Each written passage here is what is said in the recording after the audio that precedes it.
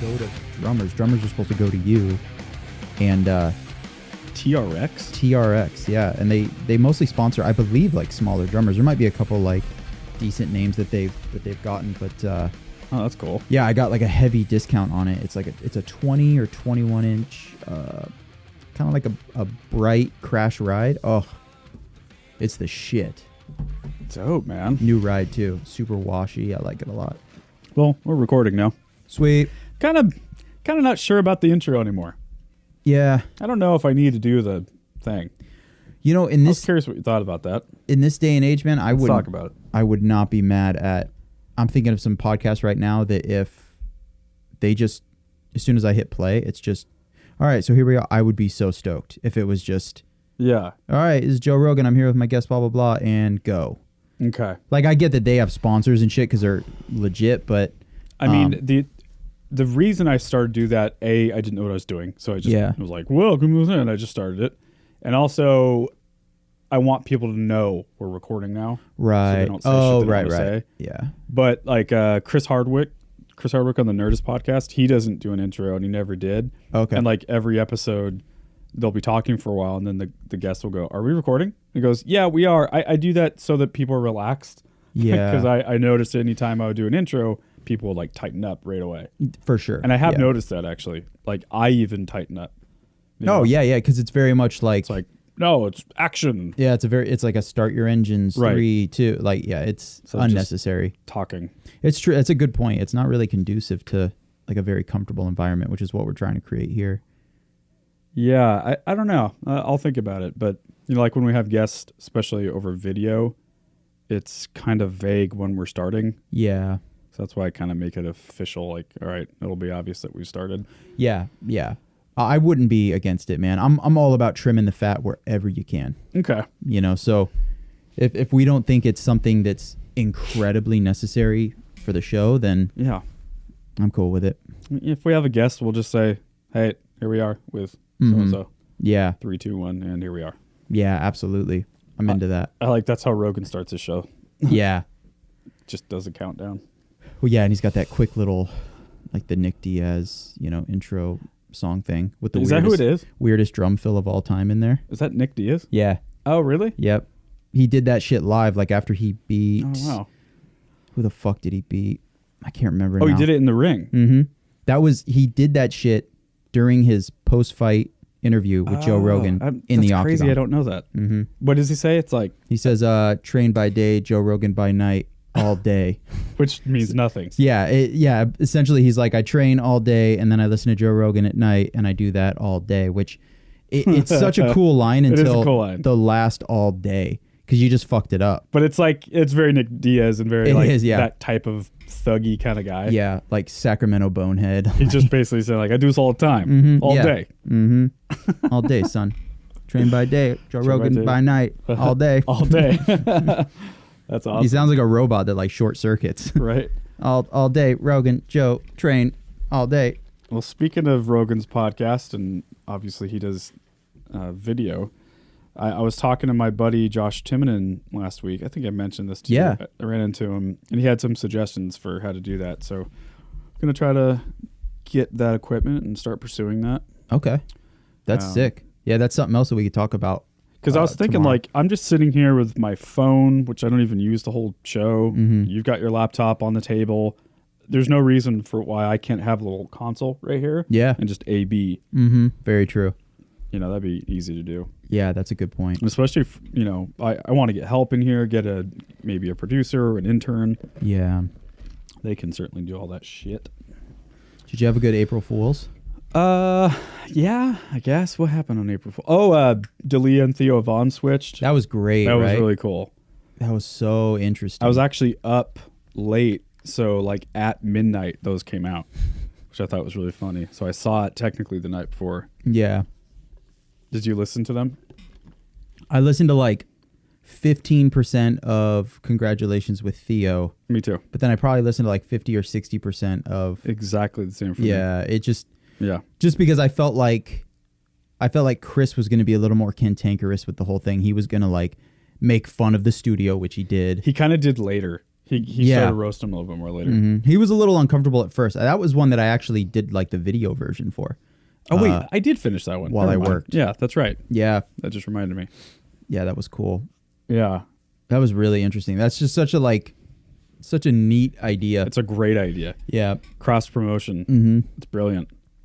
I mean, my guess is that a strong percentage of their fans already listen to both guys. Yeah. Just because they're kind of part of that whole crew of comedians. Yeah. But I'm sure there's enough that... I bet we see that a lot more now. Yep. That's a great idea. Do you think Rogan would ever give up his chair? Unless somebody... I don't think so either. Brendan Schaub, I think, is, from what I know, the only one who's ever sat in his chair and hosted a podcast.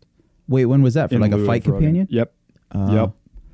And Rogan wasn't there the whole time? Yep, Rogan was out of town. Oh, that's... He was like in Vegas or some shit. Interesting. So it was Schaub, Brian Callen, and like Eddie Bravo, I want to say. Oh, weird. Or no, I think it was Bobby Lee even. It was like a weird setup, yeah. Something like that. But anyway, yeah. I watched the most recent, or no, I don't think it's the most recent, but I watched A Tiger Belly with Dr. Drew. Like, I specifically just because of Dr. Drew. I just watched that too. Dude, that one was great. It was really good. He fucking dug into Bobby Lee. Dude, what a weird guy that Bobby Lee. He's really uncomfortable about being real. Yeah. Like you can tell he's... Oh, absolutely. We were just talking before we started recording about like how comedians are nut jobs.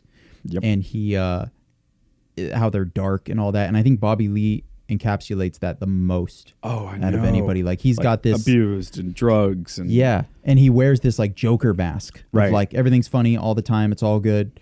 Like puts up that wall. I saw him live in Portland recently. And he's all about like pulling his pants down and like saying that he's going to shit himself and all, like, because those things are all so much better to him than feeling a real emotion and expressing it. Yeah. Like that's got to be a crazy place to live. Yeah. I couldn't do it. And imagine like Kalila fucking, dude, what in the dating him for years now. I know. I mean, he's like a child. Dude, yeah. In that like podcast, a teenager. How hard did you laugh when Kalila was like, sometimes he'll call me and he'll use baby voice to say he's hungry. What's he actually? He says something like, baby hungry. Yeah, it's something. Breakfast, or I forget what the word he used. Yeah.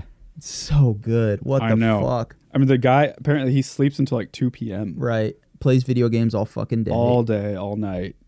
And is really out of shape and gross. And he's got like a really, really hot girlfriend. Yeah. God. But he's also rich and famous. Yeah. Yeah, he is.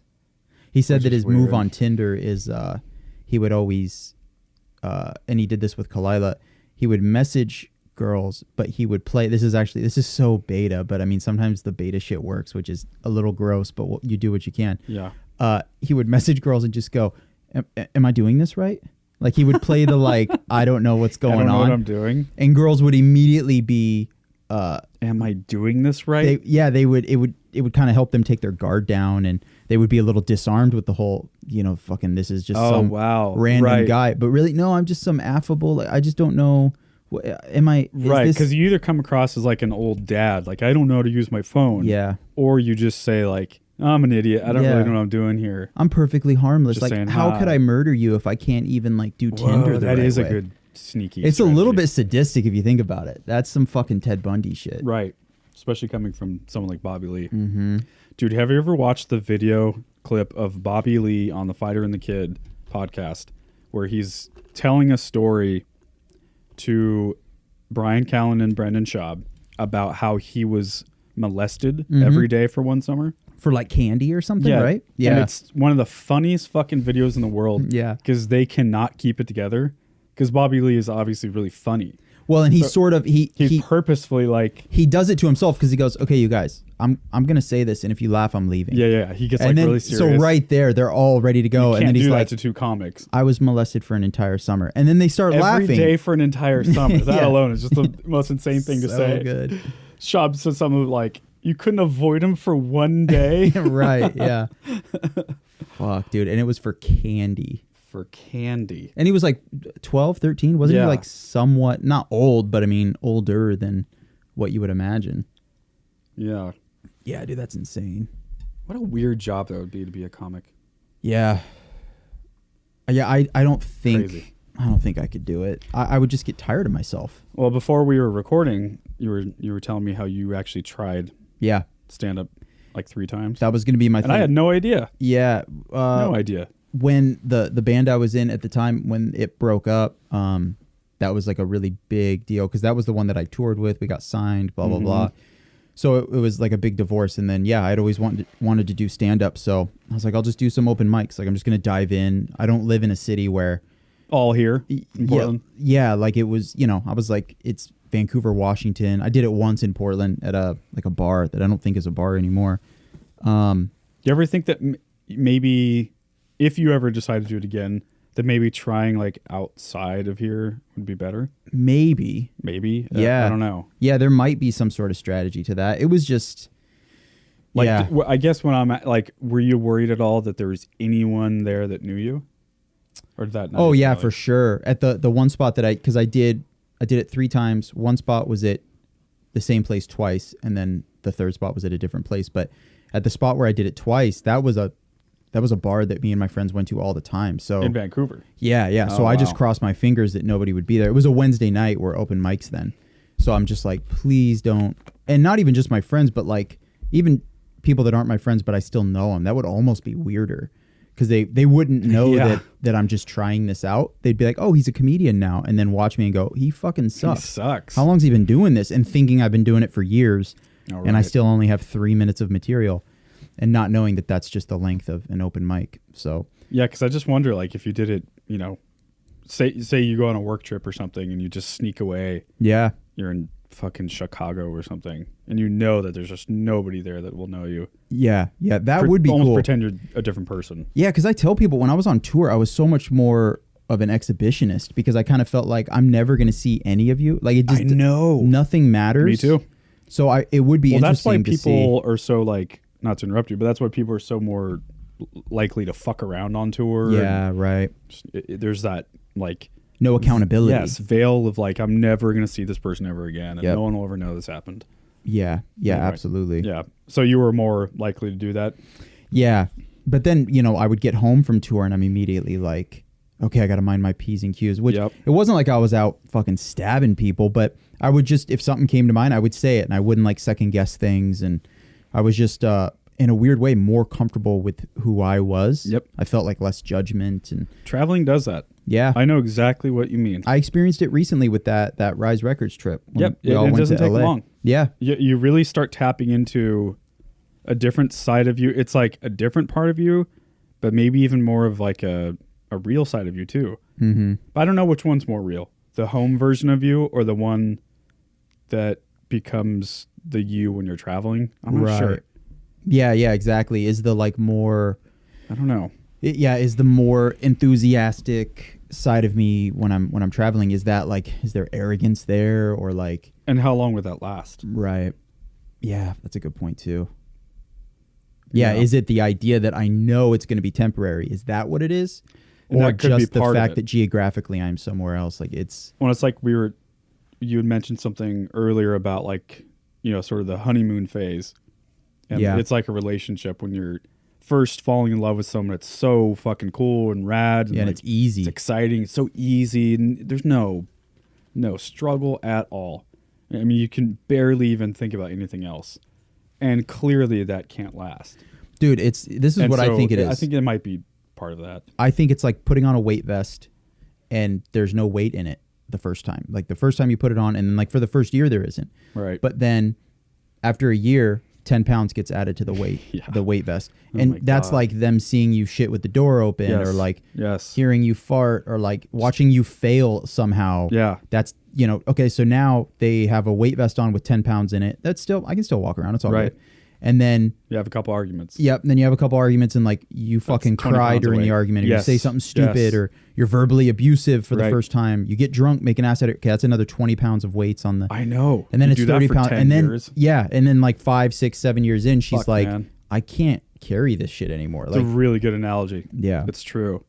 It's tough. So it's almost this... I kind of have a fatalistic... I'm single right now, but I have... And that might be part of this, but I have a very fatalistic view of relationships. Like they're all going to end at some point. Yeah. And very few of them are going to end because you've both died while holding hands in a park somewhere. Like, it's not. You know what's funny about that though? Because I think you're right. There's actually no reason to, if you are analytical at all, there's actually no proof or reason to not think the way that you think. Yeah. But here comes the thing. That's actually the point. And that's why, like, once you know that and you decide that that's probably the probability is that it won't last. Yeah, you accept it. You accept that. And then you know that there is no such thing as like true love. Yeah, there is no such bullshit. thing. No, there really isn't. I mean, I always say it, but like, oddly enough, my parents are probably the closest to that I've ever seen. But the reality is that also is not true. They actually work really hard at it. Mm-hmm. It's a decision. It's a decision to show up every day and to take it seriously. I mean, what? I mean, it's fucking insane not to take that serious if that's what you want. Yeah. If you want to make it last. So I don't know. That's something that my wife helped me with for years, because I was the first part of our relationship. I was still a starry-eyed little kid, and I thought that there was such a thing as like true love, and there's someone out there for everyone, and that's what Ashley is for me. She's my angel, the one person that was sent here for me. Mm-hmm. And it would always bum me out when she wouldn't throw that back my way. Yeah. And eventually, the older we got, she's like, "Hey, you know that's not real, right? Right. The why it's special is that we chose each other. The discipline that we're not fucking other people, that we chose each other. That's actually the whole point." Yeah, I heard a bit recently that. I don't know if that makes sense. It totally does. I heard a bit that was similar to this where it was Nate Bargatze, who's a stand-up comedian I fucking love, and he's finally getting his credit, which is so great. Special of his just came out on Netflix. I'll go check him out. People are digging it. I saw him like 2 or 3 years ago in Tacoma, and he had this bit about his wife got mad at him because he didn't like one of her pictures on Facebook. And he was like, "Hey, real quick, you know that we have children together, right? Yeah. You know that we live together? Like, I have made my decision, and I feel like what I'm doing should be more meaningful than the fact that I didn't like a picture of you sitting on a beach somewhere." Which, by the way, I took that picture. Like, how there's a reason I took the picture, you dummy. Yeah. How much reassurance do you need? I mean, I've also been the wife in that situation where I'm like, of course, like, tell me how dope I am. Don't just spend time with me. Yeah. You know, like I need the verbal side of that shit every now and then. But then, you know, not to get too like psychological with it, you learn that you don't really need them to do anything. You need to start doing more shit for yourself. That's a tough one. And that it's easier to command somebody else to build you up, get that external source of confidence, rather than go work out or... Right. Instead of asking someone, like, tell me I'm a good-looking person, just go get good-looking. Yes. Go lose weight, go get a haircut. Go read a book, go enlighten yourself. Right. Yeah. Right. And then you don't need that. And then you're kind of... Then you have an abundance of love to give to other people. You don't have a deficit of love so that you need so much from everybody else. I was trying to fill that void. Yeah. I think Dr. Drew said something about that on that podcast. What's it called? The Bobby Lee one? Tiger Belly. Yeah, yeah. Wait, did you say Dr. Phil just now? Not Dr. Phil. Okay. Jesus Christ. Dr. Drew. Yeah. He was talking about how for the longest time he was always upset that his wife wouldn't instigate sex. Or at least way, way less often. Oh, right. Yeah. Which is very common. Males, obviously, are fucking horn dogs. Yeah. But, and it always like really kind of hurt his feelings or whatever. And then he was doing a lot of therapy anyway. And then after years of therapy, he that kind of started to go away. Yeah. He just didn't care anymore. He's like, it's like what you were saying. Like, she's with me. She obviously fucking chose to be with me. Right. Specifically me. So I don't give a fuck if I'm the one that fucking instigated, whatever. It happens that, you know, and I just thought that was really cool. Cause then he even said like after a while, then it did start to equal out a little bit more just naturally. Cause he wasn't asking all the time. And yeah, because you can, I don't know. Yeah, there's something called parallel processing too, where like, if you have this feeling of like, we're not doing this enough, even if you're not verbally saying that, you're putting that out there, and as you're processing that, she's feeling that. Yes. So then you're kind of pulling her towards you, and she's kind of pulling herself away because she, potentially you could feel that pressure. And then there's nothing really attractive about like that desperation of, like just want to have sex with me. It's like there's nothing less attractive than that. Yeah. It's like being forced to feel this emotion that you can't really force. It's tough, man. And then as soon as he chills out, look what happens. It kind of, it starts to work out a little more in his favor. And that's, dude, he is like the king of examples when it comes to somebody who would benefit from exercise. Not even just physically, but like he seems like a ball of anxiety. Yep. And he just like puts it on everybody around him. That if he would just go and just zen out somewhere and not just on video games, I guarantee you he's one of those guys that thinks that that's me time. And it is technically, but it's not like positive me time that he's going to come back and go, I'm so enlightened and refreshed and appreciative and full of gratitude. No, dude, you've just been zoned out. And it's fun. It's awesome. But just like fucking cake has its place in a meal, video games has its time, its place within the way that you spend your time. And it needs to be a very short amount of time. It needs to be after you've, killed all the other objectives throughout your day. Because I think if you binge on that, one, we all know it's just an escape. And that makes sense for Bobby's MO. He's big on escaping. Yeah. That's a really interesting thing. Like, for anybody that doesn't know who Bobby Lee is, this is like, who the fuck, like, it doesn't mean anything to anybody, but Google Bobby Lee. You'll find him. He was on Mad TV, like YouTube. Most people probably know who he is, or once you see his face, you'll be like, oh yeah. He's a one of a kind, man. He really is. Really like a unique person. Well, then you get, you can get into the whole, like one of the biggest gripes a lot of comedians have about him, he doesn't have a special. He's been doing comedy for 640 years, and he just doesn't. The one thing I don't like about him, though, and that's why he doesn't have a special, and Dalia has pointed this out before, is that he's such a what's the word? Like he's very pessimistic. Yeah, he is. Lack of the word I'm trying to find. He basically just kind of blames everyone, the industry around him. The reason I don't have a special is because of this or that. I tried it before and it didn't work, and this guy sabotaged me. He says that kind of shit all the time. Oh yeah, all the time. Yep. And that's probably just part of like his, he's probably got a little bit of, he's got a little like toxicity. A lot, yeah. I think that, agree. Yeah, if I lived in LA and I was a part of that scene, he would be the guy that like, I'd be pumped to like bump into him at a party, but he's a handful. I don't know that I'm, but listen, I don't know the guy. He could have like a persona that he puts out there on podcasts and shit that isn't like what he is when cameras are off, and he can just be there for somebody. Maybe he's super supportive, super sweet. I have no idea. Right. So have you watched the newest Twilight Zone shit yet? No, I can't wait to. Dude, so I watched... And Jordan Peele's narrating it. Yeah, right? yeah. Jordan Peele is in the place of... I knew I'd forget his name as soon as I got on the podcast.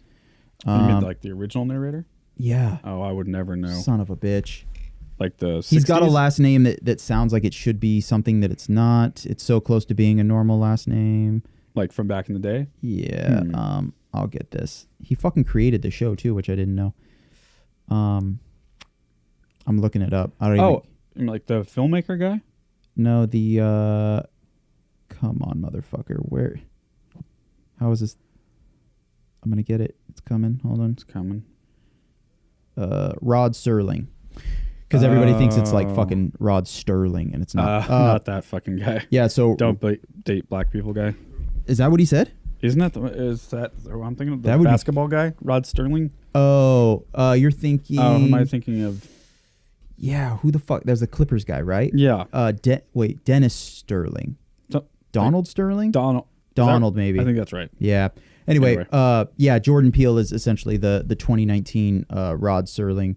But yeah, I watched... so the first episode is... You can just scope it out on YouTube. They got the whole thing up there. That's kind of... Because CBS has the show.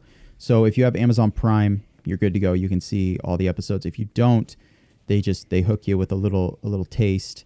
How much did you watch? I saw all of the first episode. I still need to watch the second episode. Are they like 45 minutes long? Yeah. Yeah. And it was good? Yeah, it was cool. The first one, we're actually kind of on topic here still, was about a stand-up comedian and him willing to let go of everything in order to to get fame and stardom. Oh, that's cool, dude. The sunglasses just appear. Check that out, man. That's from a distance too. I know. I'm always surprised how this app works. Yeah. Like I'll film like I don't know, like a picture on a bus or something. Yeah. And the glasses. It'll find the eyeballs and throw the glasses. We're talking about Instagram right now. Sorry. Shout out Instagram. ADD. ADD. Yeah, it's great. Tracy Morgan's in it. Kumail Nanjiani's in it. Oh yeah, that's right. Who else? Adam something guy from Party Down. He's in episode 2. Oh, okay. I think he's the main character in episode 2. I just know he's in it at some point. Oh yeah, dude. They got. I think I saw fucking T.J. Miller in an episode. Oh, cool, man. Have you ever seen T.J. Miller live? No, Stefan has gone off about it. He made me go. Yeah. And I would never not go. Yeah. It was one of the craziest fucking... He's a fucking nut job, isn't he? Yeah, it's like a really scary ride you go on when you get off and you're like, I mean, I think I liked it. Right. But I have to do it again. Yeah. It's similar. Like it's not stand-up. It's watching a person have just... kind of melt down for like 60 minutes. Yeah. He's out of his fucking mind. He really is, man. He walked out with like a really baggy, almost like 90s style suit, like Jim Carrey and Liar Liar vibe. Oh my God. And the reason it was so baggy because he probably had, 45 water bottles in all the pockets. Jeez. And there became a gag where at any point he would just open the bottle and instead of drink it, he just would spray the whole thing on his face. I don't know why. So by the end of it, he's just like drenched in water and sweat and madness. Good Lord. Out of his mind, dude. He's one of those dudes that I feel like is going to go a million miles an hour, but die at 46. Yeah, I agree. He's got that kind of vibe about him. Fucking blow his head off and do a bunch of coke. I'm trying to go like 50 and live to 87. Yeah. Like I 50 is pretty fast. I can accomplish some shit. I don't need to be dumping water all over myself in front of strangers. No, definitely not. But I mean, listen, I applaud him. That's awesome. I think that he's a great example of, like, once again, a comedian just being nuts. You know, I think that's like that's darkness coming out as humor, and because he seems like a dude that he seems very intelligent as well. Like he could fucking make you cry with just the thoughts that roll through his head daily. Yeah, that's kind of how the stand-up thing was. Yeah. It was like really funny at points and then really poignant and like heavy and sad even. Yeah. It was like a crazy spoken word. Are you a fan of Neil Brennan?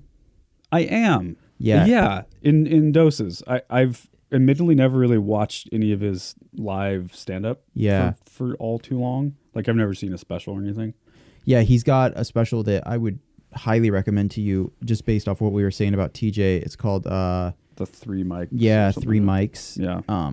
That's fucking great. I hear it's like brilliant. It is. Yeah. And it's original. Like just the vibe that there's 3 microphones set up on the stage and that each one is for kind of a different side of him. So one is it's all real. It's not supposed to be funny. Cool. He tells like some pretty damaging stories about his past, and then one is like for quips, like just quick little like one-liners. And then I actually can't remember what the third one's for. That is rad. But yeah, what a good idea. It's fantastic. It's really, really interesting. Yeah, he's just a brilliant guy. He is. He's also, like we've been saying the whole podcast so far, kind of a nut job. And like self-admittedly, you know, he's like, I deal with a lot. And he actually talks about it in this special, how many different medications he's been on and the therapies. He went through one intense, unbelievable, like painful kind of therapy, just to almost like a shock therapy, just because he was so desperate to get past a lot of the things mentally that he was going through. Like literally shock, like old school shock therapy, right? Yep. Oh, that's right. That was a crazy podcast on Rogan's podcast, right? Yeah. He talked about it there too. Okay. Yep. Yeah, that's. I mean, at least he's doing something. He tried. He's doing his fucking best. Yeah, he was like one of the head writers on the Chappelle Show, wasn't he? Yeah. Like a creator. Yeah. I think. Yeah. And same with God, so that means he's Half Baked as well. Minute. Yeah. He and Chappelle wrote Half Baked together. I mean, I loved Half Baked. Yeah. So I'm on a dumb comedy movie kick. I could talk about this for I know years. You love those fucking movies. I do too. Like I just have to be in the right mood. we watched Wayne's World 2. Dude, yes. I was like, I looked to my wife because it was my movie pick. You know, we alternate because otherwise married couples will debate for 2 hours what you want to watch. Does she play along though? Like if you, because I've tried this thing you're talking about where we share, and when it's my turn, it's tough. She huffs and puffs the whole movie. You have to try to not huff and puff. Yeah. Every once in a while, we'll allow each other to say like, I really am not trying to be a dick, but I really don't fucking want to watch that. Yeah. Like, is there any you can do that every once in a while. And do you try to have like 2 or 3 movies on deck, like a backup? What I'll often do, because I'm so indecisive, I'll pick like 5 movies and then have her pick one. Oh, okay, that's cool. Or like narrow it down to 2 and I'll pick, or something like that. But anyway, I was like, do you want to watch Wayne's World? And she's like, I'll do you one better. How about Wayne's World 2? So we watched Wayne's World 2. It's so fucking good. I mean, that's one of the few. That's one of the few 1 and 2 movies where I like them both equally. I know. They're both great. She said that too. Yeah, they're both like fucking legit. Mm-hmm. Chris Farley was in it. Oh, so good, dude. Do you know that Wayne's World 1 and 2 were like made back to back? I actually didn't know that. Yeah, it's 92 and then 93. Wow. Yeah, it's nuts. I would have thought that they were further apart than that, just like based on the production. That's what I would have thought. Because Wayne's World 1 seems so much older than that. It does. It really does. Yeah, that's a great one. What else is there, man? I watched Biodome recently. I haven't seen that in a hot minute. That one's really good. Kylie Minogue's like a 10 in that movie. She's in that. Yeah. That's right. God, she's so fucking hot. Ridiculous. And of course, Pauly Shore is the one in the movie that gets her. Yeah, of course. Not that Stephen Baldwin stuck with somebody ugly, but... Speaking of crazy fucking celebrities. Oh my God, I know. I mean, what a crazy story that guy has. Yeah, it's so weird how that happens. Like his mom was Misty Shore, who owned the Comedy Store. Oh, you were talking about Pauly Shore. Oh, yeah. Yeah, because I think Stephen Baldwin's kind of a nut job. Oh, yeah. But totally, Pauly Shore. Yeah, Pauly Shore is kind of more sad than anything. Right. Just his childhood was so crazy. Because when he was on Rogan podcast, he was doing a lot of like, man, I was so big with MTV, and then like I don't know what happened. It's like, Pauly, what are you talking about? Right. Time happened. What happened to my movie career, man? You were just going to be the weasel for 100 years? Yeah, no, that's not. It's not. That shit moves on. That's just how. Right. What do you want to do? Yeah, it's that so was weird. What made it sad is that he just didn't get it, and I understand because there is probably a huge shock that goes into being the man, and then almost being like a parody of yourself. I think what he was saying was like, because you're right. I think he understood it as like the industry took me in at one point. Oh, fuck, and now they don't. Did. Right. And it's like, well, why would you expect that to last? Like you're saying, you can't do the fucking weasel joke in 20 anything. Mm-hmm. And then secondly, like things do change. But even more importantly, like the world is different. Technology is completely shifted. What the industry was in the 80s and 90s doesn't even exist now. It's a different thing. And like why wouldn't he just embrace that and go start the Pauly Shore podcast or something? Right. Maybe it is out there, I don't know. Mm-hmm. But if he just embraced that mentality, do like crazy skits on YouTube or some shit. Right. Will Smith has a YouTube channel, dude. Yeah. How crazy is that? You know who took a similar situation but fucking did it exactly right? And I would argue that this person ate more shit sandwiches and ate more disrespect than Pauly Shore by a mile. Carrot Top. And what he said was, that's cool. Say whatever you want. I'm going to go get a residency in Las Vegas. And make more money than you can imagine. I'm going to run the city, essentially. Right. And have insane amounts of money. Who the fuck was it? Tom Segura or Rogan, one of those big dogs, were talking about how nice of a guy he was. Yeah. And like a lot of the hate was just so unfounded. Dude, have you ever seen the documentary Heckler by Jamie Kennedy? No, I've always wanted to though. Have I? I was just maybe. I don't know. I was literally just telling. Shit, I can't remember. I was just telling my friend Emily that I watch that fucking movie like anywhere from like 2 to 4 times a year. Like it's a documentary? It's a documentary, yeah. And it's just all about, it jumps around. It starts out with just comedians and them dealing with hecklers, you know, whatever. Then it kind of moves a little into like cinema and going into, you know, people that criticize movies, like film critics essentially. Right. And just what a heckler is, what a critic is. They make the point that like no kid ever grows up or says that like, when I grow up, I want to be a critic. Right. So where does that come from? He even hits up a couple critics that like personally attack him in their reviews of his movie. They say like, Jamie Kennedy is a rape baby and I hope that he, you know, fucking gets AIDS and dies. So he interviews these people. He's looking at them face to face and he's like, dude, what's up? And they're like, listen, man, my job is to eviscerate the film. And Jamie's like, is your job to eviscerate the film or to fairly review it?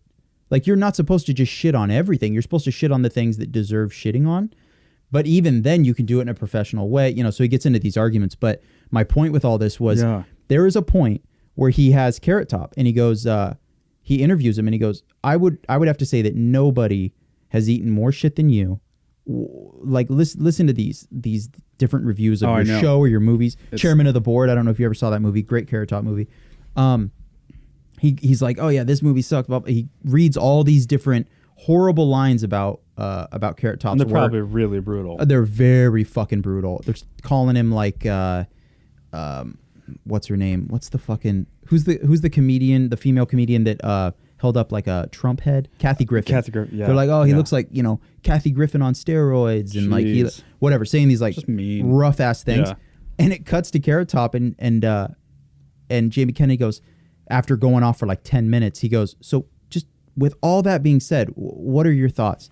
And Carrot Top was like, well, you know, everybody's entitled to their opinion and, you know, come out and see a show and maybe I'll change your mind. Like the most zen shit of all time. So rad. And just literally polar opposite of Pauly Shore. And I'm not saying Pauly Shore is a piece of shit. No, I got you. Yeah. But it's just, I mean, fuck, dude, if you need lessons on how to eat criticism like a champ, Carrot Top, he needs to write the book on that. I mean, that is really fucking poignant because you're right. Like, he's got a residency in Vegas. Yeah. And kills. And I think he's had that residency for so longer than anybody else has had one since like the fucking Rat Pack did. I mean, how many people do you think he performs in front of now? A couple thousand, right? Yeah, at least. And I think there's probably, you know, 3 shows a night, Thursday through Sunday. So even if like, you know, you could make sweeping statements and say the majority of people think he's a piece of shit comic. Right. But then you could also say, but then there's proof of thousands of people every night that think he's great and are willing to pay their hard-earned money to see him. Right. So that's all he focuses on. He's like, well, but that's what matters. Some people do like it. It's not like he's delusional and he's continuing to be a comic and no one's coming. That's what people don't understand. People that are critics and people, and I'm not saying I'm above it. I rip on people too. You know, we all do it. But if you want to rip on an artist you don't like, musician, comic, and they legitimately aren't doing anything, they're actually not making it after years and years, and they have delusions of grandeur, that's one thing. Mm-hmm. But when these people are actually successful in a demographic where people are consuming their content, there's not a whole lot to say. Yeah. You know what I mean? Like, someone like Carrot Top, like, he's richer than you can imagine. He's fucking buff. He bangs hotter fucking chicks than most of these fucking Cheeto-fingered basement-dwelling critics could ever imagine. Right. You know what I'm saying? Like, it's crazy. Well, yeah, it all comes down to what you consider success to be, and I think a lot of people see him on the outside of some of the comedy cliques. Sure. You know, he's not palling around with, you know, fucking Joe and fucking Tony Hinchcliffe and all that shit. You don't see him on Tony Hinchcliffe's fucking podcast, Kill Tony, whatever. But he's not that guy. Yeah, but he's not my cup of tea. He's in Vegas. Dude, I've wanted to see Carrot Top for fucking ever. I've been in Vegas a few times and almost kind of had the shot, but I'm sure it's fine. I'm sure it's entertaining. As a kid, I fucking loved him. Like he was kind of my Gallagher. Right. You know? He's physical. He's got props. I get it, man. But you know, people make fun of him for the prop comic thing. But it's like Jeff Dunham uses puppets and shit, and he's so funny though. And he's making so much goddamn money. So much money. But then there's some people that are like, my idea of success doesn't involve money. It involves like being true to the craft, and you become like. But that's bullshit though, because if Carrot Top or whoever, the whole selling out argument, like if you all selling out is doing something for a monetary profit or advantage, doing something that is against your code of ethic or your standard or whatever. And if you're not doing that, then you're literally not selling out. Right? Yeah, it's funny how that definition changed over time. Stupid. You see it a lot in the music world too. A lot. Punk rock, hardcore. Like they sold out, which nowadays sold out just means they got more popular than my band, and it bums me out. Yep. Finn on the Punk Rock MBA, he talks about this pretty often. In fact, he had a whole episode recently about this, and it was brilliant. It was eloquent and brilliant. Yeah. Like, especially in the hardcore punk scene. Mm-hmm. There's a lot of that fucking hating going on. Yeah. A lot of that shit. It just comes from a place of like self-righteousness. What he called it crab mentality. Oh, yeah, for sure. You know that analogy? Yep, yeah. The crabs I just used that analogy yesterday for something. Yeah. They will literally like pull the other crab down to try to get on top to get out. Mm-hmm. But what they end up doing is they just keep pulling everyone down. Yeah. So no crab ever gets out. Mm-hmm. And that's real. That actually happens. Yeah. And it's no different, man. It's crazy. It actually makes no sense. Yeah. But you don't see it when you're young, and I don't know. Dude, I recently got into this band called Bill Murray. The band is called Bill Murray? Yeah. It's spelled Bilmuri. Holy shit. And honestly, I'm only thinking of this because you said crab, and crab made me think of Attack because, crabcore. You got into them like legit, man? Yeah, like recently. Wow. This is when I was working on that project that you know about that I can't talk about. Yeah. I just needed some new music, and I was just kind of... Spotify kills it at the whole, like, maybe you'll like this, and I almost always do. So that's actually... Their algorithm is amazing. Yeah, they've gotten me a few times. I don't even know what I was listening to for it to then switch to Bill Murray, but it's killer, and it's Johnny from the band Attack. Oh, cool. It's his thing. And since 2016, he's released I think I counted 7 or 8, 8 to 9 track releases since 2016. Jeez. He's just a fucking machine, and it's all great. Wow. Like, it's super catchy shit. What does Bill Murray sound like? Oh man, I'm trying to think. I mean, you said catchy. Yeah, it's very it's got some pop hooks, but crunchy down-tuned guitars. Oh, wow. Really cool production in terms of I don't know, just that kind of hip hop production. Like electronic drums, shit like that. Oh, okay. He does some covers. He's got some Post Malone covers. Is it one guy? Joji cover. It's an actual I band? believe it. Yeah, it's all. My guess is that it's all Johnny, but then he has a live band. Oh, okay. But yeah, it's Jesus, dude. It's like crack. I can't. They have an album that came out in 2018 called Taco. This all sounds like I'm fucking lying. Name of the band's Bill Murray. Does, yeah, album's really called does. Taco. I swear to God, I'm telling the truth. The album artwork is all fucking way out there. It looks like it was just done in MS Paint. It's just fucking crazy. Atrocious, but kind of cool. Right. Yeah, super killer. Sweet, man. I'll check it out. Can't stop listening to it. Yeah, I really need to get into some new goddamn music. Yeah. I am becoming the person I fucking hated. Yeah. I have my staples. Listen, I'll never stop listening to Jesus. Fucking Teenage Wrist is maybe my favorite band right now. Their album, they had an album. I don't even know who that is. Yeah, they're on Epitaph. I need to know who these bands are. They had an album last year. Their album last year, Chrome Neon Jesus, was probably my album of the year. I love that name so much. It was Chrome great. Neon Jesus. Yeah. Okay, I'm writing this band name. It was fucking fantastic. Teenage Wrist. Yeah, it's kind of like a shoegaze. It's a cool name for a band. Kind of sound. Yeah, they're just fucking, they're killer.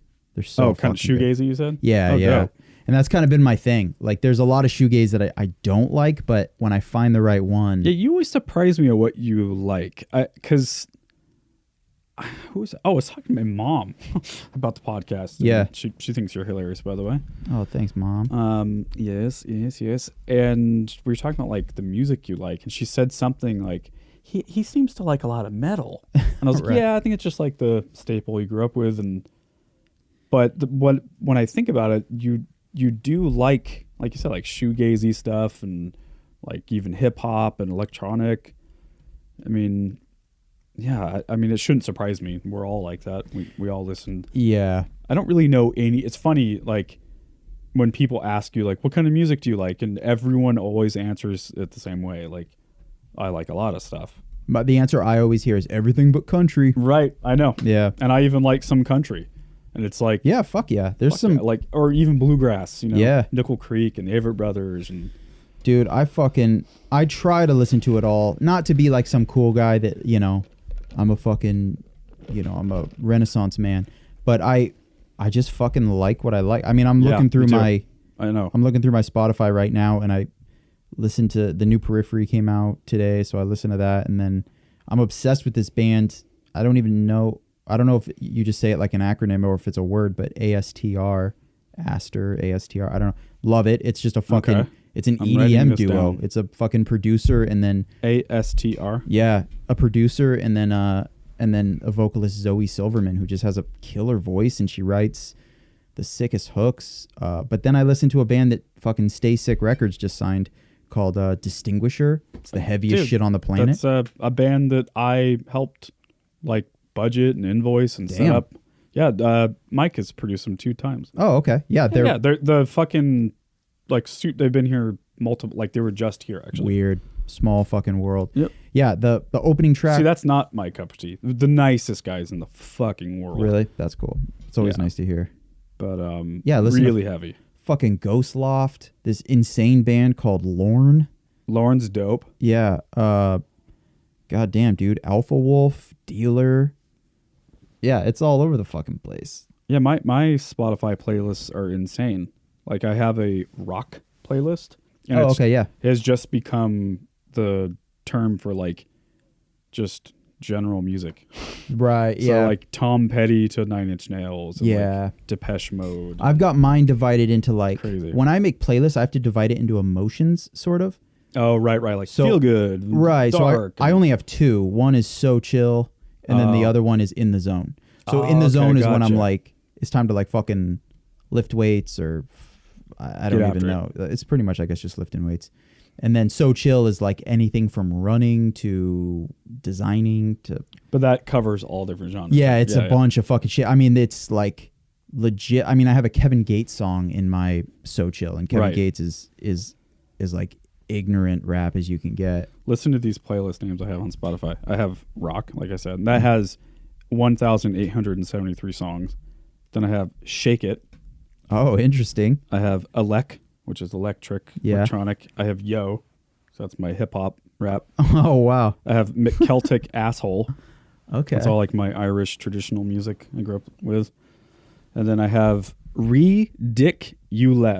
Oh, is that like the heaviest shit on the planet? No, that's like ridiculous, absurd songs like this. How about this one? Hey there, fancy pants. Play the songs that make us dance. You ever heard of Ween? You're just stuck in traffic listening to this? Do you know who Ween is? I've heard the name. This isn't like all the shit they do, but yeah, they have the funniest fucking... That sounds like like some Nickelodeon shit. How about this? I hate all this. This is a real record. I hate all this. How about and then like I got this. Why would you have it? Ridiculous, bro. Just the listen days to this. nights used to come out to this song. Listen to this while you're like watching porn. Yeah. Like just opening up a bunch of tabs. So then I like, have get ready. I got Bluegrassy. I have Acoustic E. Dude, you have so many playlists. It keeps going. I have Christmas tunes spelled with a Z. Oh, of course. I have soundtracks. I have Ha Ha Ha. That's like comedy specials. I have a bunch for like my different nieces, Molly, Lauren. That's pretty much it for now. Oh, then Suburban Gold. That's songs that we grew up with. Suburban Gold is an inside thing. Oh, okay. Yeah, man. Craziness, right? Yeah. That's it's cool that you're a Spotify guy though. Not a lot of everybody's Apple Music, I feel like. Yeah, I like Spotify. I'm hardcore with the Spotify. I'm all about I've never even really used Apple Music, to be honest. I'm supposed to fucking have Spotify for free because I work in the music industry. Is that true? Yeah, but they just fucking... Well, I technically work in the music industry too. Yeah. Well, I mean, it's not like what the hell? It's not a government program. It's just, it's through BMG, the company I work for. They typically pay for whatever your music subscription of choice is. But they recently switched it to where it used to be like, what do you like, Spotify or Apple Music? And you choose it and then they take care of it for the year. But now it's like, no more Spotify. It's all Apple Music. And I'm like, well, I'm not switching. I'd rather pay than switch to Apple. I tried Apple Music for a few months and I just couldn't get into it. Yeah, I know. I'm at the point now where there's just so much, Instagram and Twitter and Facebook and Spotify and then all the fucking things you use to work. And yeah. There's just too much, man. I'm not going to learn another goddamn platform just to listen to music. I know. It's bad enough that I got to be in Slack and shit for work. Yeah, that's another one. Get me the fuck out of here. The last thing I need is another application to fuck around.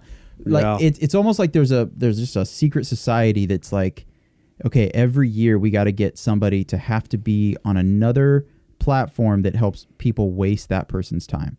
Yeah. Just fucking emails about emails and phone calls about phone calls and let me follow up and hey, just circling back on this. And it's like, what the fuck, man? I should not. I hate. It's getting to a point. I hate communicating now.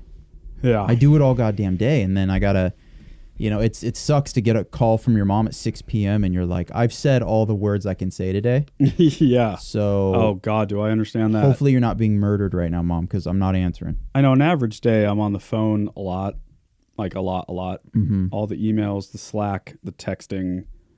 It's a little much. And then if we have a podcast day. Yeah, dude. I mean, there are days where like my voice actually starts to go out because I've talked so much. Dude, do you do that do you do this thing where you're out drinking with friends and it's like not a loud bar, but it's a little bit, and I project when I talk? Yes. And then the next morning, yeah, I'm like, all I did was fucking commiserate with my friends. When I first started work at the Crystal Ballroom, I had to learn that lesson the hard way because like the first week, I basically lost my voice instantly. Yeah, because you don't realize you're essentially you're quietly yelling. Yeah, and it doesn't help you actually. Yeah. So yeah, a friend of mine there gave me a tip. He's like, you gotta not do that, especially there where the fucking Dropkick Murphys are playing. Yeah, you're not gonna beat them. Right. So you basically just start to read lips. Right. Yeah. Expect the customers to read your lips too. If they can't, tell them to fuck off. I have the worst hearing though, and it's like, yeah. I wish I think I subconsciously yell at people so that they'll think that's the level we're on. Yell at me. Yep. And then they don't. So now I'm yelling. I can't hear you, and my voice is fucked the next day. Yeah. Or I might need to like legit take vocal lessons just so I can communicate with people in bars. Because they say that like, screamers that scream incorrectly, they fuck up their throat. You're supposed to scream from your diaphragm. And I don't know what the fuck that means. So I can't do it in like normal conversation. More importantly though, Alan, you got more Toy Story soundtrack for me? Have you ever heard the song Short People by Randy Newman? No. It is so offensive, and there's no way the song would have ever been made today. And it's one of my favorite songs. Oh, I've totally heard about this. It's about how much he hates short people. Midgets. Let's just say yeah. what it is. Does he say that word in this? No, but it's what he's talking about. He says something about their little hands and Short people got no reason. Short people got no reason. No reason for what? listen. No reason to live. Oh, come on. They've got no reason to live. Little hands, little eyes. To walk around telling great big lies. They got What? little noses, tiny little teeth. They wear platform shoes on their nasty little feet. Nasty little feet. What the fuck? Yeah. It's one of my favorite songs ever What written. a piece of shit. Yeah, That's he's tight. a real asshole. Oh, Randy Newman. That's insane. Hey, Randy, what's a dwarf? Oh, man, that's a little hand liar is what that is. That's They a have little no nasty reason to foot liar. Oh, the 70s. What a psycho. Yeah, dude, that's... Like, fuck. you got a hit, Randy. He's not still alive, is he? I think he is, but Will Sasso Doesn't does a matter. fantastic impression of Randy Newman. yeah, fuck it. When I always think of guys like that, like, there's so many people like this. They're like, Bryan Adams. Do you think that Bryan Adams would be a star today? No. Or Huey Lewis. Right. This like 42-year-old guy. Yep. All of them were 40. Yeah. 40 to 42. I don't care. At any point in their career, they're all 42. Mm-hmm. And they're just like guys. Yeah. Just dad-looking motherfuckers. Oh, yeah. It's different Huey now. Lewis. Have It's you different seen now. a picture of him? But here's the thing. I don't know if it's different now for good or for bad. I say bad. Because, I mean, we just listened to what's the hot shit today? We just checked out fucking Right. Lil Nas X and Billy Ray Cyrus. Dude. Because we live on fucking Mars. Right. The hook is a little dope. I'll admit. The hook is cool. But, Sure. But still, what the fuck? But what the fuck? What is going on? You're not going to get back in time and fucking, like, Yeah. God damn it. God damn it. Yeah, that's how it goes. Glenn Fry, guy that did The Heat Is On. The most It's a great average song. looking motherfucker ever. You know what's funny about that era, though, is that, see, you said Glenn Fry, and I'm like, who? But then you said The Heat Is On. I'm like, oh, yeah. And he was also on the Eagles, though. Oh, If you okay. didn't know that. See, didn't know that. But back then, it was so much more about the art, quote unquote, than the individual. Yes. And now it's the other way around. I can name one Cardi B song, but I sure as fuck know who Cardi B is. Right. That's like a different thing now. I mean, look at a picture of Huey Lewis Yeah, I mean, in 1984. people back then, Like- they always look so old. He's probably 21 right there. And he looks Yeah. for sure 40. I'm going to look that up. That's one of my favorite things to do is to look up how old people were. Yeah. Like in Friends, they're all like well into their 30s. Yeah. Or guys like Kevin Costner has always been like 35. Yeah. Yeah, I You know? completely agree. Have you ever seen Susan Sarandon, always been old. what the fuck is it? Heavy Metal Parking Lot? Are you familiar with that? No. Oh my god, James. Sounds awesome. You would fucking love. It's one of those things that's so great.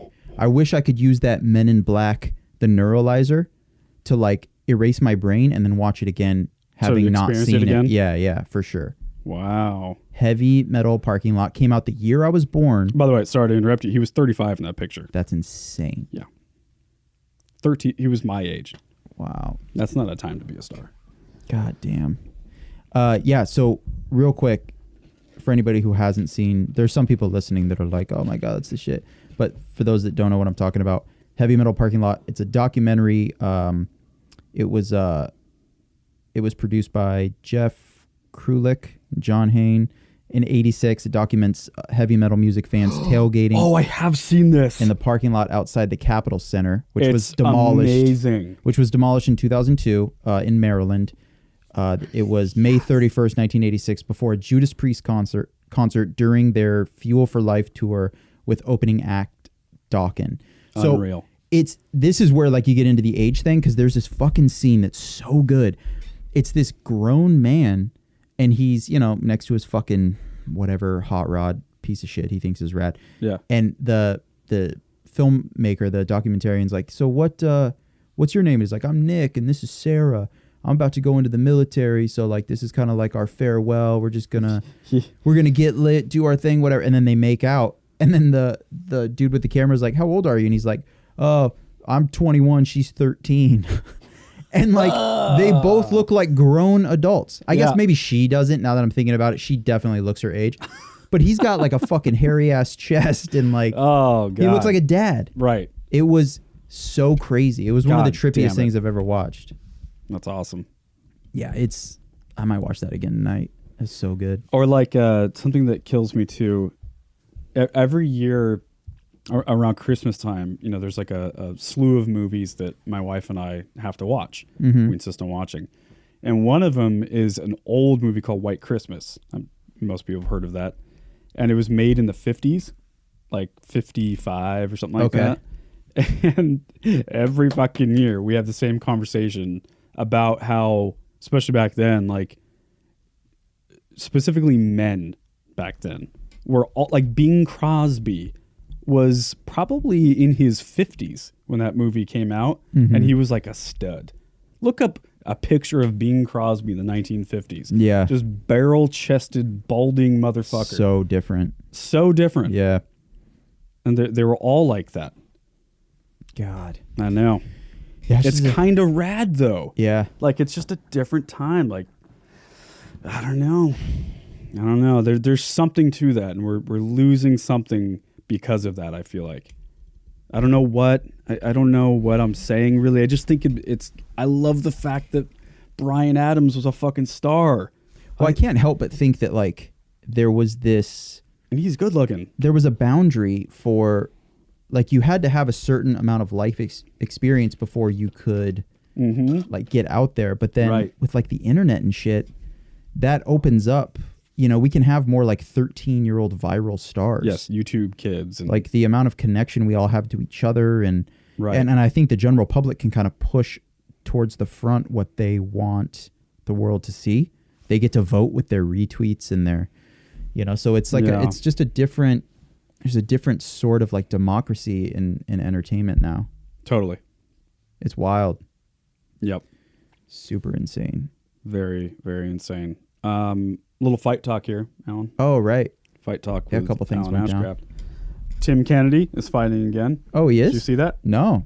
Yeah, I follow him on Instagram. Missed that one. He posted a thing saying that he's going to get back in it. Did he say who he's fighting? Does he have something scheduled? He was vague. He said stand by or something like that. So he's a middleweight. I'm trying to think what. Well, I mean, I would assume he'd come back at middleweight. Yeah, I was wondering that too. He's a big boy. I don't think he's coming back at welterweight. I don't know if he's even ever fought at welterweight. It would either be middle or light heavy, but yeah, I don't even know who he would fight because it's been a minute for him. He would need like a gatekeeper of sorts. Maybe I was punked. Was it like an April Fool's joke or something? Oh fuck, it might have been. It could have been. Well, the good news is maybe it was. The good news is it's not the end of the world if Tim Kennedy doesn't. That's not something that like I would write home about. It would be neat, but oh my god, it was a joke. I think so. They got you. So 5 days ago, and everyone was like, "Fuck yes, this is awesome." Goes after a lot of soul searching, I have decided to return to professional fighting. The short retirement reinvigorated my passion to compete. I was born to fight. This break is what my body needed. I am now faster and stronger than I have ever been. That yearning to walk in the octagon is something that I just can't live without. In the coming weeks, I will announce my next opponent in the @UFC and then hashtag MMA UFC Rooster comeback title. And the picture is him in a gi. And then you go 5 days later, same picture with a happy April Fool's Day on it. Dickhead. What a dick.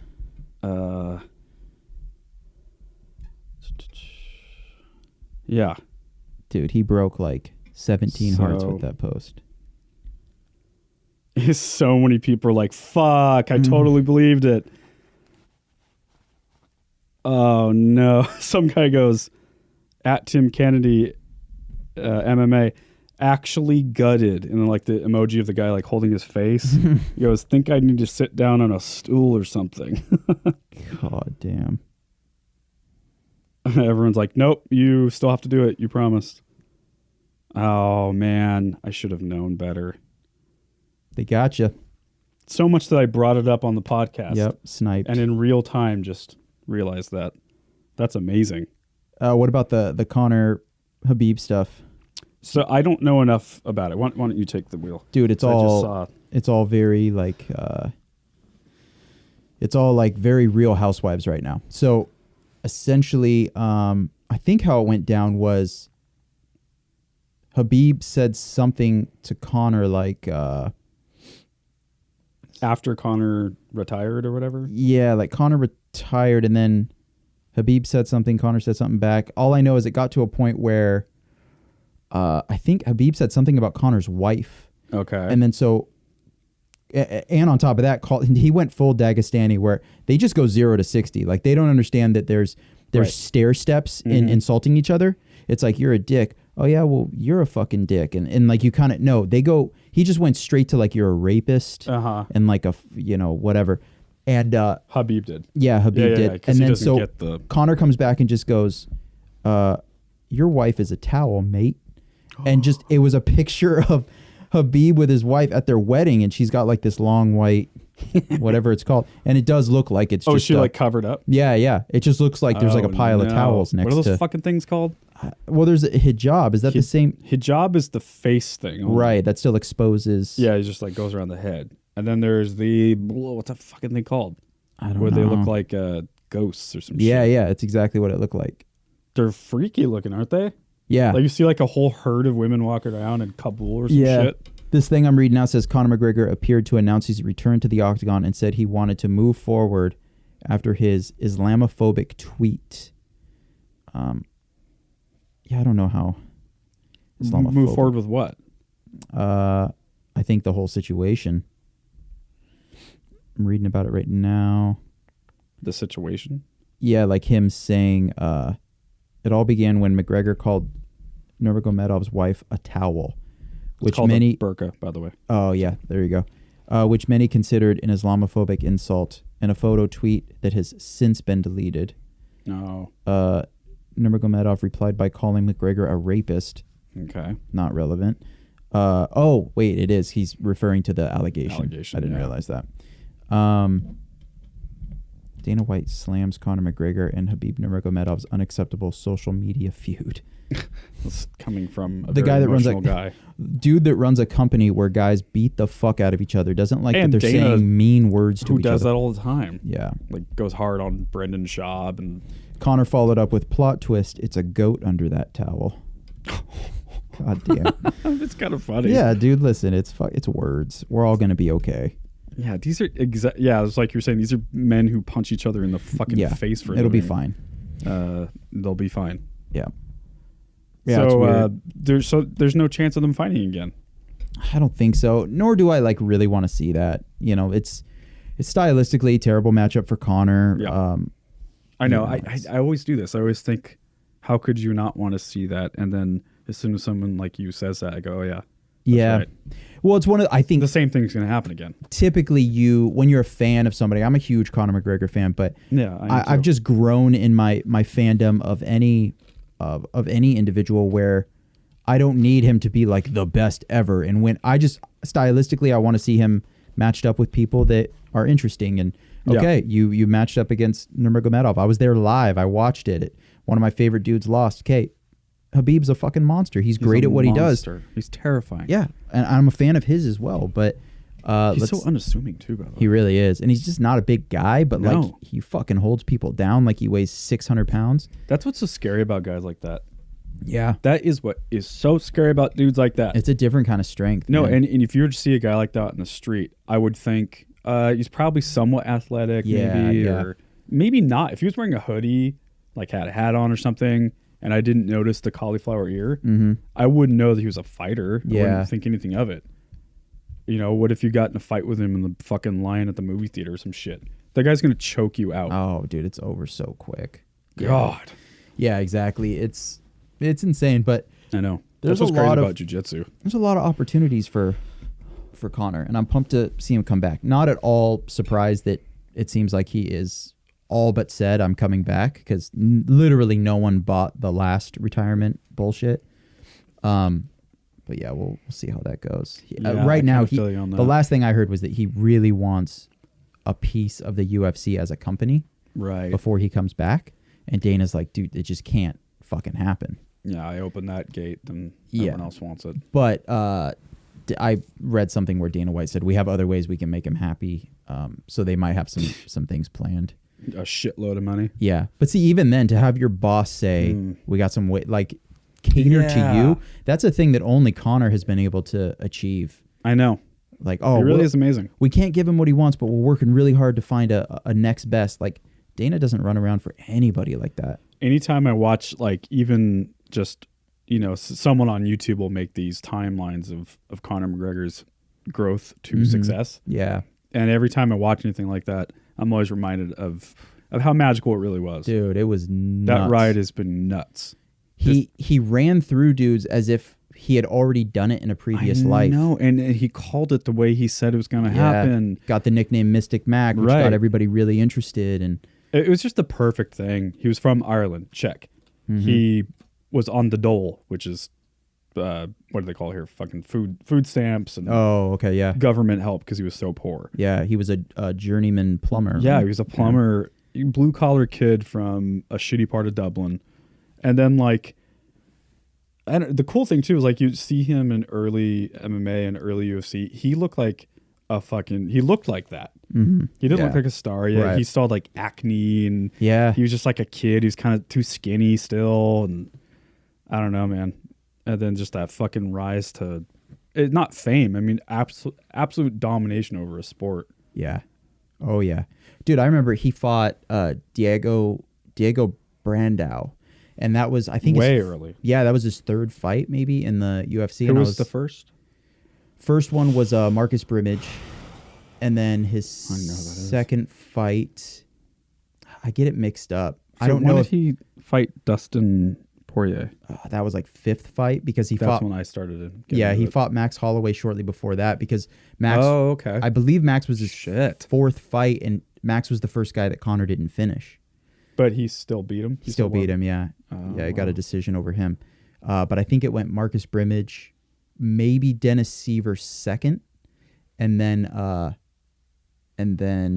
Max Holloway, and then Dustin Poirier. By the way, those three alone. Yeah, I mean that's no joke. No, those are all like I want to say Marcus Brimage. Maybe I don't think he won Ultimate Fighter, but I feel like he maybe did all right on Ultimate Fighter. I don't know much about him, but yeah, you know Dennis Seaver. He's no bitch. Like how long did Conor go before he lost? All the way up until I think Nate was his first loss. Is that right? That first Nate fight, which he avenged. Amazing. Yeah.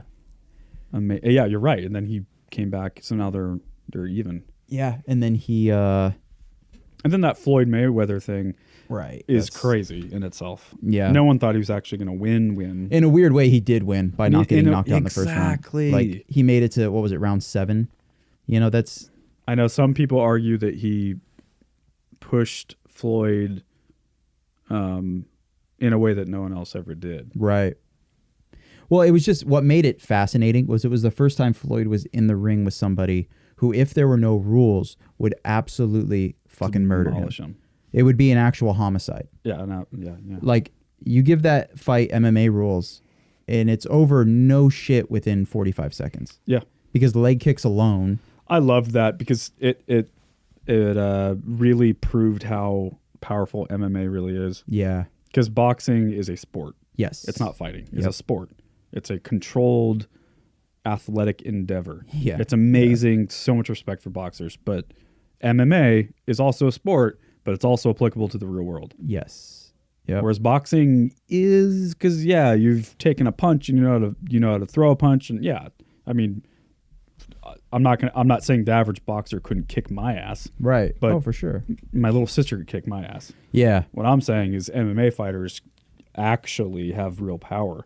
Yeah, and multiple skills. Yeah, and I was reminded of that. Mm-hmm. And so is the world when you see Conor McGregor, who is versed in a lot of those whatever their martial arts. Yeah. Yeah, it's crazy. Yeah, it's insane. And then, to fucking knock out Jose Aldo in 13 seconds first round, and then and that's all, by the way, we're just talking about all his physical, like the I can't talk tonight. The success he's had in the sport. Yeah. Let alone how many people he brought to the UFC and how many people he got into fighting. And his success outside the sport says so much too. I mean, I think what I read recently was that I might have said this on the last episode too, that fighting is now his third source of income. That's so rad. Like in ranking, what he loves the most is bringing in the third amount. What is the top? The top one, I believe, is his whiskey, and then I think the second is the second is like his McGregor Promotions shit, like the his like website with all the, it's like a news website thing. Yeah, he's got that. But what does that do? What does that mean? I think it has its hands in like different events and shit, and takes cuts from that, either fights or like fucking parties and weird. Yeah, that's nightclub events and shit. Damn, man. Yeah, just shit that like applies to a greater audience than MMA. I mean, yeah, here's what I know about McGregor. He is one of those people that comes once in a lifetime to a sport. Yeah. And he made it to the point where people like my father, who I never, ever, ever heard mention the UFC ever. And then when Conor came, he talked about it a lot. How's your guy Conor doing? Mm-hmm. Is that McGregor kid gonna fight? You know, like people who were never into it got into it. I know, even it's so just crazy. for a minute. Yeah. You know? Yeah. When cool. when my little brother and like my little sister knew about it, I was like, Jesus Christ. Right. Okay. Like, and it's basically because of him. Mm-hmm. Oh yeah, for sure. Which is so cool. Yeah, he's been the biggest crossover success for sure. Yeah. It's insane. If you go look at like the top, I think it was like the top 10 gates.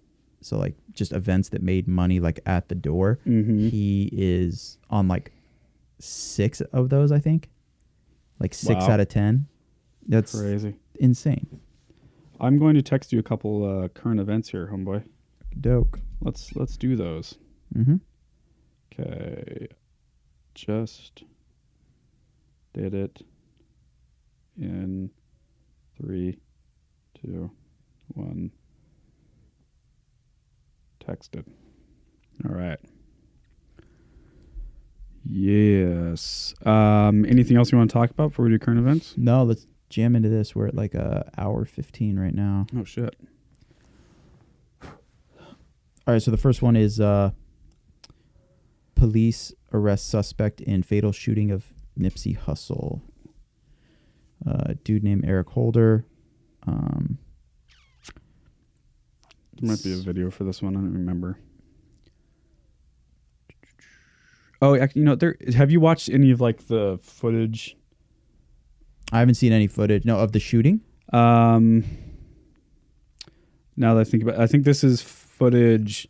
Oh, this is mass panic and chaos at Nipsey's memorial is what this video is. Because apparently someone had a fucking handgun. Jesus Christ. The crowd fled, he said, after someone at the vigil produced a handgun. Another person tried to disarm the individual. A stampede ensued. And then like multiple people were injured from the stampede. It's a crazy video. Good Lord. I don't know. Like, it's not out of disrespect for Nipsey, but if I was in that area and even a huge fan of his, I wouldn't go to that. No, ever. I know. And like, admittedly, I don't know anything about this rapper. I didn't really know anything about him before. Did you? I definitely had heard his name. But yeah, I'd heard his name, but I'd never heard his music or whatever. But the only thing, you know, I always keep coming back to is like, yeah, of course it's sad, and I'm not taking anything away from the emotions of this and the reality of it, but there is also a reality that it is a violent culture. Like, you are bringing this shit to yourself. Yeah. What do you fucking expect? Like, he was still an active member of like a portion of the Crip gang or some shit like that. An offshoot to the Crips, I think, something like that. Yeah, it's unfortunate to say, but it wasn't surprising. I think it's also such a culture of bravado and, right. Never back down. And it's like, the thing is, you don't back down, and then you think that you get that guy to back down, but really you just got him to back down to his apartment to get a gun. And no one wins here. Right, and he comes back. The guy that killed himself, that killed him, I think they said he was 28 years old. Yeah. Young man, made a really dumb mistake. Yeah, Eric Holder. Yeah, it's sad as shit. It's too bad. Really is. Really talented guy, making good money. Yeah. Apparently he was like a really good influence now that he had made it. He was like putting money into the community, into the neighborhood he grew up in. He was like legitimately like giving money to small businesses around, and so, that no one wins in these situations. I know. I love this next one you have. I didn't hear about this. Chris Rock joke.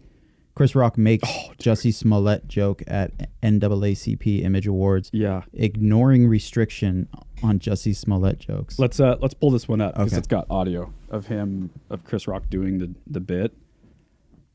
What the hell is NAACP Image Award? What does that mean? Well, the NAACP is the... I know what that is. Yeah. I think it's like their fucking award show. National African American... I think it... or National... We'll look it up, but I think Advancement of Colored People... Yeah, something like that. Is the last three. National Association of the Advancement of Colored People is my guess. Just Image Award. That's a weird. Yeah. Okay, so boom. Yeah, this is killer. I can't believe I didn't hear about this. So it's the Image Award is the annual ceremony presented by the NAACP to honor outstanding performances in film, television, music, and literature. So is there a video for this? You're not seeing something? What's that right there? That was a SNL thing. Oh. Yeah. Oh, I thought there was. Maybe I found the wrong one. Hold There on. was one, the one I listened to. It just sucks that we got to read so fucking much in order to get to... I hate that shit. Yeah, it's like, this is a whole fucking article. Just maybe Google it. It just says Chris Rock... Oh, Chris Rock said, Jussie Smollett, you don't get no respect from me. It says there's a picture on Twitter. Oh, doesn't exist. What do you know? It was taken down because... Just Google the shit. I'm sure there's a YouTube clip of it or something. Because it is funny to hear out of his voice. It's just fucking badass Chris Rock again, man.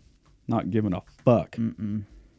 They specifically told Rock not to do that. Yeah, well, that's the best part. Yeah. And he's like, oh, cool. Now I have to. Is that it down? It just says below? It says Nolte said, which I don't know if that's Nick Nolte, but Jussie Smollett's career doomed by Chris Rock, Tracy Morgan on SNL. So yeah, it must be this one. Here. Yeah. Do we need... Oh no, we got it here. Okay. All right. There we go. That's so fucking rad, though. Chris Rock still looks amazing. Yeah, he does. An award. They said no. His last special sucked a little bit though. Jokes. Did it? Tambourine. Yeah, I know. What a waste of light skin. You know? He just went right to it. You know what I could do with that light skin? That curly hair, my career would be out of here. Yeah. Fucking running Hollywood.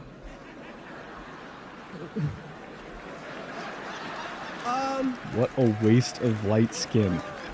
Yes, no, just...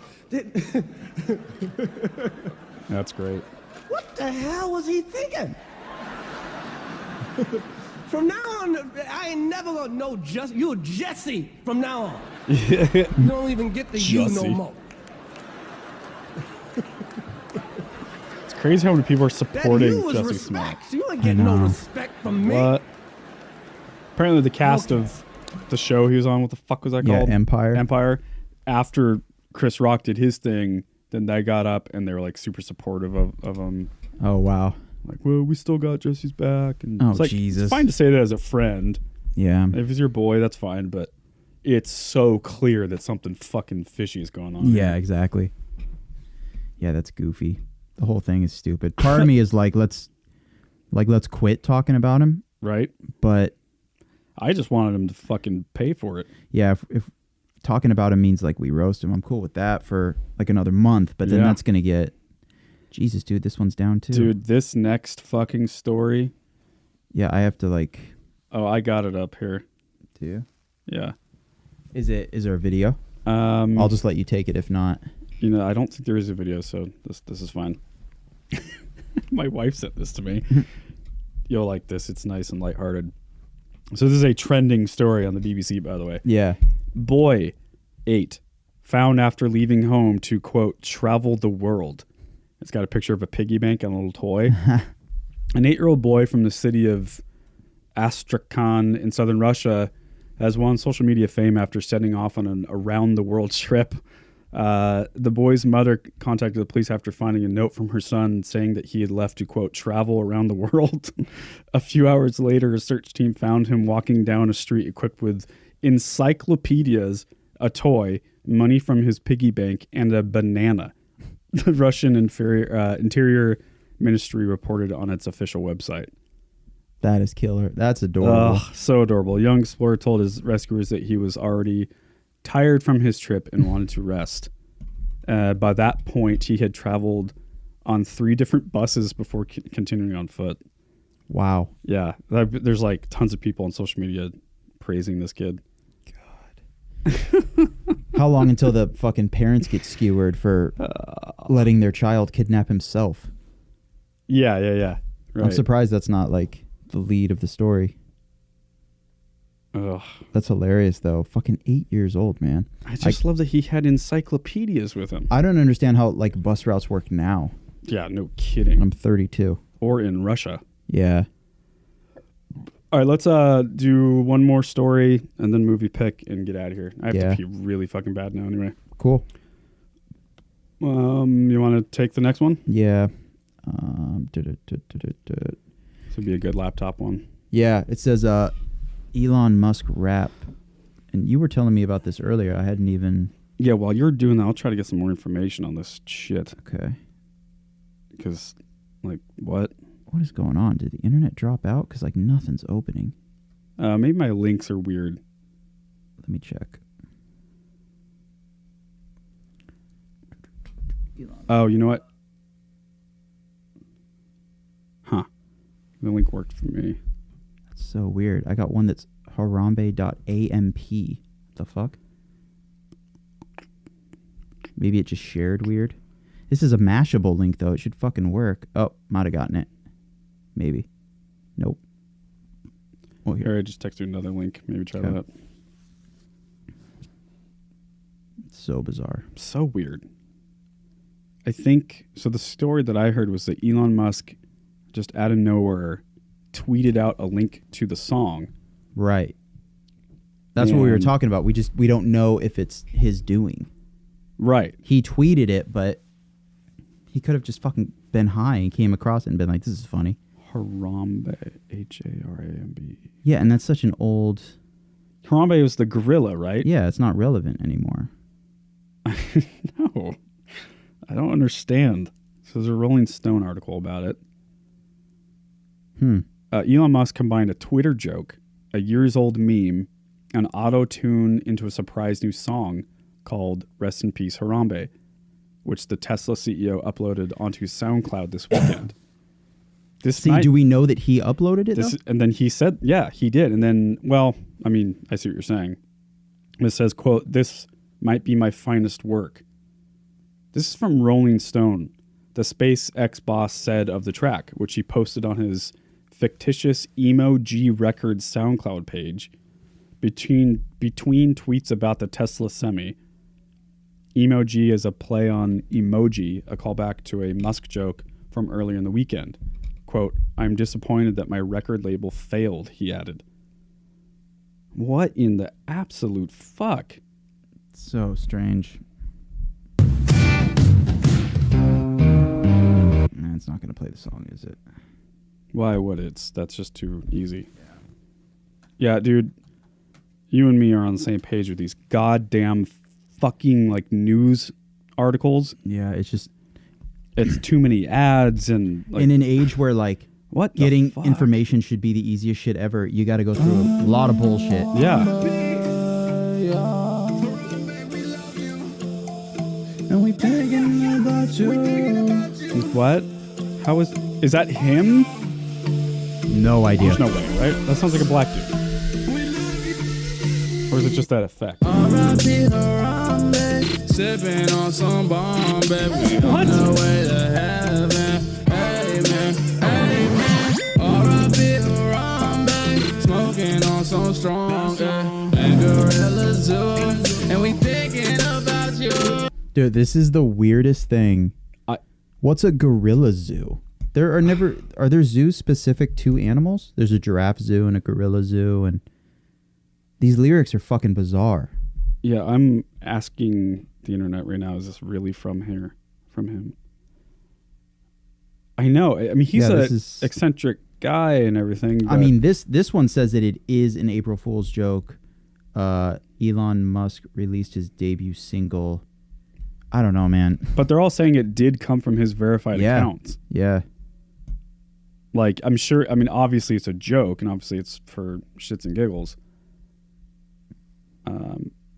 No way. This one from the Mercury News. No April Fool. Elon Musk really has put out a rap song about Harambe the gorilla.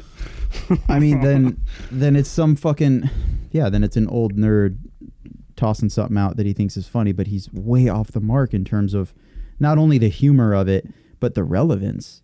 I mean, that's from his verified account. I mean, that's pretty sick. I think the it's cover almost art is dope because it's supposed to be the Chronic Dr. Dre. Yeah, I mean, that's great. Yeah. But to what you're saying, that it's like so irrelevant and outdated, that almost comes back around and is funny to me again because of that. If that's intentional. If it's not, then it's just a dad. It'd be like me being like, you guys seen this new movie Titanic? Like, if it's intentional, cool, but I don't know, man. He's a strange motherfucker. A strange dude. Yeah. That's the thing. I love that he plays into him possibly being an alien. Yeah. Like on the pod when Rogan was like, right, you an alien, bro? Yeah. And he would answer very slowly and methodically and like 10 seconds later. Yeah. And you'd go, maybe. Right. I know. So it's good. So dry. I'm on the fence about whether or not he's just fucking like Asperger's with legs, you know? Is he Yeah, is he just a huge dork? Yeah, is it like a little bit of autism, like a weird? Yeah, there's definitely a spectrum-y thing there. Definitely. Yeah, You know? absolutely. Hey, I made a song about a dead monkey, you guys. It's hilarious. It just isn't, unless it's more to your narrative, and then maybe, but like it's so not funny that now it's funny. But isn't the part of a joke like you need a really good setup too? And there's no setup. It's just he dropped a track, and we're just like, yeah. We're all just left with like, no context at all. Yeah, it's for me, I'm just like, okay, well, that happened. Sick. Yeah, that's the appropriate response. It's weird. Now go make that underground like tunneling system that's supposed to get us to like Portland to LA in like 35 minutes or some shit. Yeah, it's something insane like that. Yeah, go do that. No more rap songs, dude. Yeah, no more rap songs. If you're a genius, get us to space, bro. If you're a genius, please go make the world a better place. Go fucking colonize Mars. That's right. No more rap songs. That's right. We're good. Well, let's do the movie pick of the week here, Alan Ashcraft. Is it Wayne's World 2? What's your middle name? Lee. Lee, that's right. I was let's do this. Let's do 2 movie picks this week. Technically, we can do 3. I mean, technically, we do 145. We do 145. Technically, this is our podcast. So the first one is the one that I actually had picked is The Highwaymen, and I don't think I had already. I was nervous you hadn't. No. We've talked about it because of Draper. Yeah. It finally came out on the 29th, so it would make sense that I actually didn't pick it yet. I watched the trailer for it finally. Nice. Does look kind of cool. Yeah, it's cool. My one beef with it, you could tell me if this will matter or not. Mm-hmm. You're going to put Kevin Costner and Woody Harrelson in a movie, but Kevin Costner is going to be the badass? I don't think so. Oh, yeah. I'm not into thought of that. I'm not into that. It doesn't make any fucking sense. And then Woody Harrelson's going to play like a seemingly like affable... Well, see, I see what you're saying, but that's actually not really... Oh, okay. Is he also a badass, but just in a more confident way? Like, doesn't wear it on his sleeve so much? So this doesn't ruin anything. It's because it is a true story. Kevin Costner's character plays... Yeah, he's a badass, but he's also like a morally questionable person. Because he's straight up killed probably 100 people or more. Okay. Well, and so is Woody Harrelson's character, technically. Yeah. They both were Texas Rangers, if you know what that is. Right. The turn of the century. And so they like did a ton of warring with like Mexicans on the border. Okay. So they did a lot of that. They straight up killed a bunch of fools. And then like later in life, after years of law enforcement, and I think it was even like in the army and shit, and this was back in the day, there weren't even paved roads back then. Like you have to remember, not that long ago, we didn't have freeways, bro. Yeah. That's crazy, right? Like for sure. So Bonnie and Clyde were terrible people, horrific people. And the first movie, I think in the 60s with Warren Beatty, like really celebrated them and made them pop culture icon. Right. And kind of cool looking. Anyway, back to Kevin Costner. He does play like a badass guy, but Woody Harrelson's character plays like a boozer I kind of like he's kind of the cooler one, and he in the end kind of is more of the badass, I would say. Oh, okay. So I think you'll be happy with the roles because I couldn't That's see cool. Kevin Costner being Woody's character. Yeah. True. Okay, I could see that. That's a good point. But yeah, it's cool because they go and ask for their help because law enforcement back then was just they didn't have a lot to work with. It was just garbage. Like you could straight up kill people and get away with it. Yeah. And people did all the time. And they shot people in the face and then went on the run. I mean, they killed so many people, like innocent bank tellers, police officers, and she was like really, really like sociopathic. Like she got off to it, you know. She purposely would make sure people were watching. Like they could tell that she would turn someone so that they had to face her. Oh yeah, that's in the trailer, right? Yeah. Yeah, that's nuts. What would you give it on a scale of 1 out of 10? I would give it like a 7. Okay. Maybe a little bit less than a 7. Really? Something like that. Yeah. But I'm also a big movie person, so Yeah. I don't know if I give movies the benefit of the doubt or if I'm Like critical harder. of them, I'm not yeah. really sure. Yeah. But I can tell you that it's done by a lot of good people. The director directed The Blind Side. Oh, nice. Did you see Draper in it? Yeah. Is like a pretty substantial role or like? It isn't, but the bummer thing about it is that, and I know he's really bummed about it. I don't want to be too public about it, but what is known is he had a much larger scene and it got cut quite a bit. Right, yeah. I hear that that's really common, It's actually. so common, and it's not personal. But he had a lot more dialogue like with Kevin Costner directly, bro. Like it was going to Damn. be fucking so cool for him. Mm-hmm. But he's still in the movie. He's in the movie for quite a while. You see his face for a long time. He has one prominent line, like he plays one of the like outlaw dudes. He's in the trailer. Oh, nice. Yeah. That's sick. All right, well, I'll crank it on so we can. But yeah, it's really cool, and they really did explain like how little technology police officers had back then. They didn't even have radios. Right. Yeah, that is kind of one of the more fascinating parts of this. I heard an interview with Kevin Costner, and he pointed out, he's like, even if you did have a radio, the other person didn't have one. Right. Like the odds are like. Or even if both of you had one. So what about travel? There was no dispatch. How long does it take to get to each other? Exactly. Yeah. It was so difficult to find people. If you've got to go far enough, you're fucking camping like. Yeah, they slept in their car on your way. Yeah. I mean, it was a blue collar life back then. Jesus. How many bullets you got in you? I love Woody. 16, Me too. Might be good to have a doctor look at you sometime. One of my favorite composers scored the movie. Oh, sick. Thomas Newman. Oh, okay. Did like Road to Perdition, a bunch of other shit. You may have heard there was a prison break. It was Bonnie and Clyde. So I'll point out, Governor, this my has friend. to end. They've committed dozens of armed robberies and several cold-blooded murders. What do you plan to do about Bonnie and Clyde? We will capture them. Write that down and underline it twice.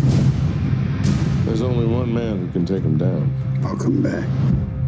Hey, you got room for one more? Not even packed. Ah, Judas Priest, get in. This is 1934. Gangsters, submachine guns. And you put cowboys on Bonnie and Clyde? Texas Rangers. This is an emergency alert. Police are not yet releasing details, but have stated that Bonnie and Clyde may have struck again. Forgive me, Father, for I have seen This is a highly coordinated operation. so much pain and suffering. Roadblocks, air surveillance. Your time has passed, cowboy. What the hell is the world coming to? Used to be you had to have talent to get published. Now all you got to do is shoot people. Okay. My friend's coming up Dressed here. in white. She used her foot to turn him over so he could see what was about to happen. How sweet. This has gone far enough. I'm going to take them down. What a fine idea.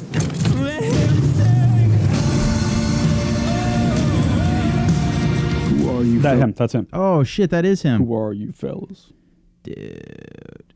Right there. That's crazy. So that whole part, he's still in that scene. It's just less. There's less dialogue. Damn. Well, you fellas. A lot of FaceTime though, man. A lot. We're the bad guys. That was him again. Fucking nuts.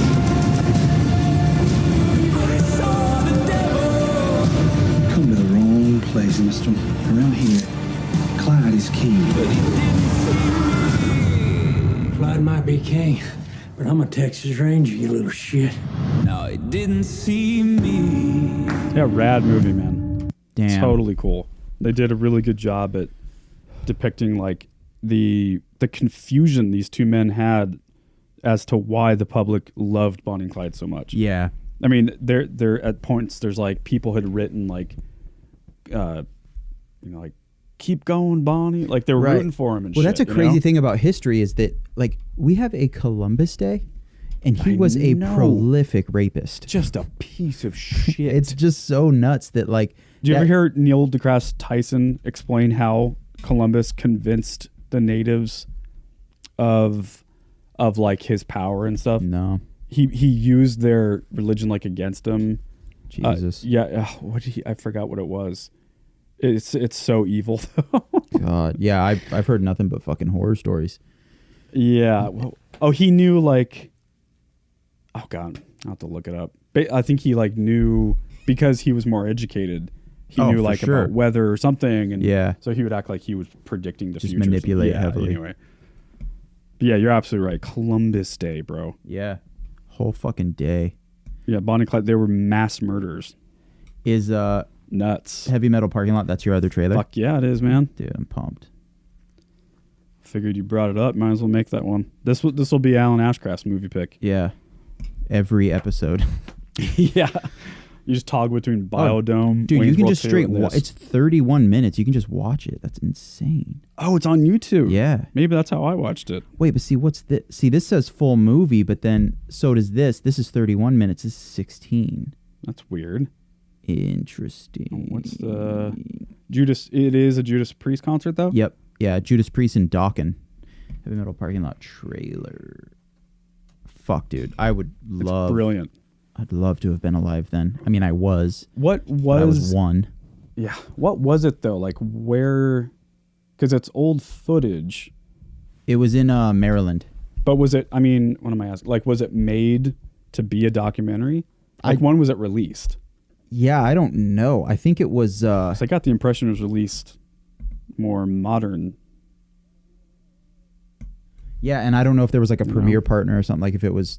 I don't think it was shot for like an MTV release or a VH.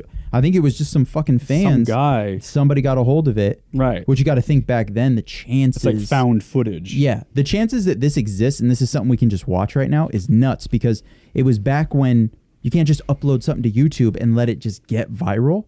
It had to get to the right person to be seen by everybody. Right. Or by enough people to become huge. That's what's fucking crazy about this. That is what's crazy, yeah. All right. It's a minute and a half trailer. So fucking good. Oh man, I'm so gonna go watch this now. Just a bunch of drunk fucks.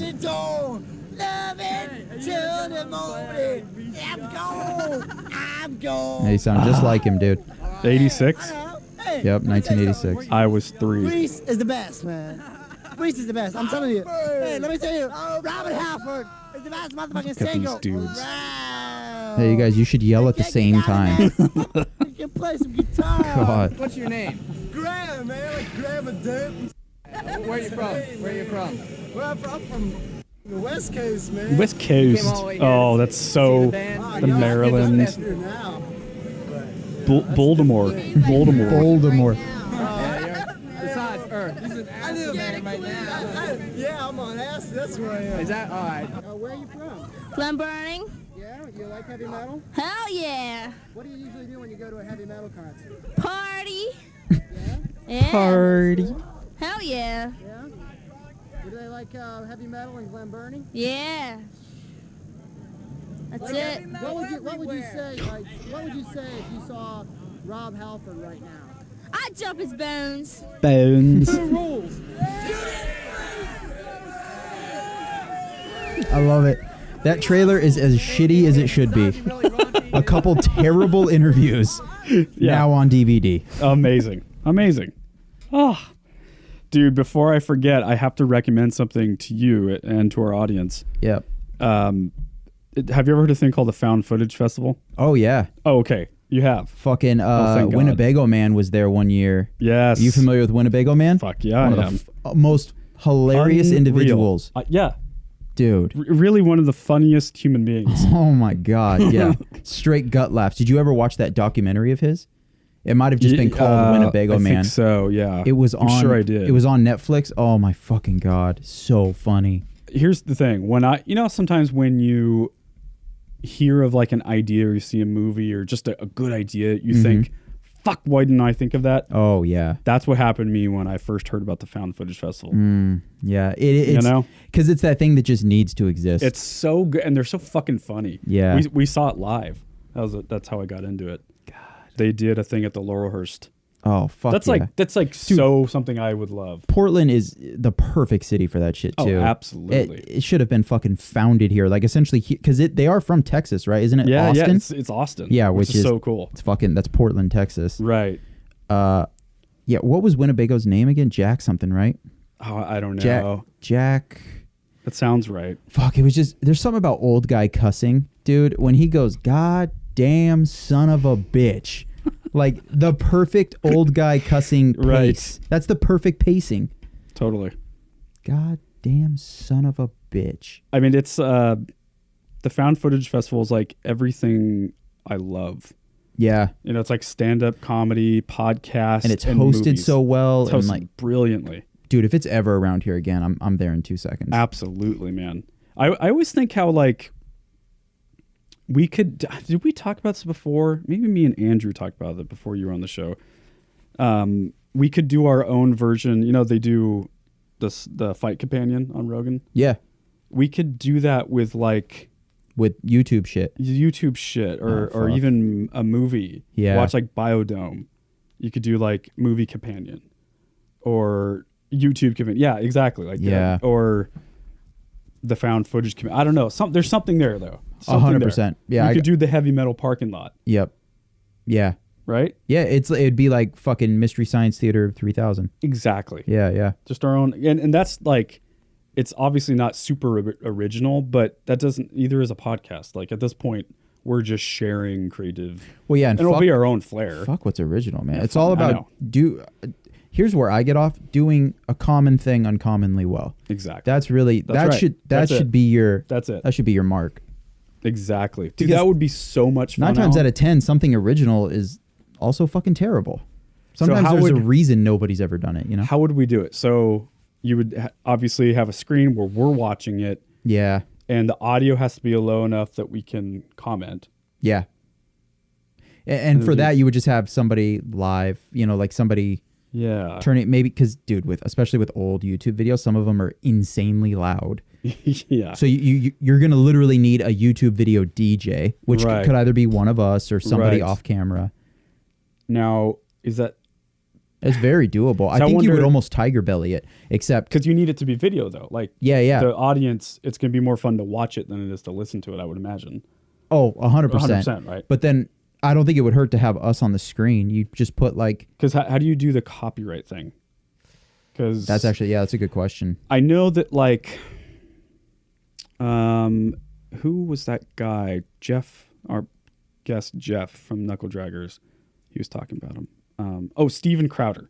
He's like a pretty right-wing conservative guy. I don't agree with everything. Yeah, and he's playing videos all the time. But he plays videos all the time, and they also do like commentary and like skits. Mm-hmm. So I think the rule is like if you have your own take on a video, then you can also show the video. Interesting. So there's something to that. We can do some research on that. Yeah. There's different ways you can do it. You know, or even like start out with movies that you just assume a lot of people have watched. Right. Yeah, like The Room. Right. Because anybody who hasn't seen The Room just isn't going to want to be a part of that episode, and that's cool.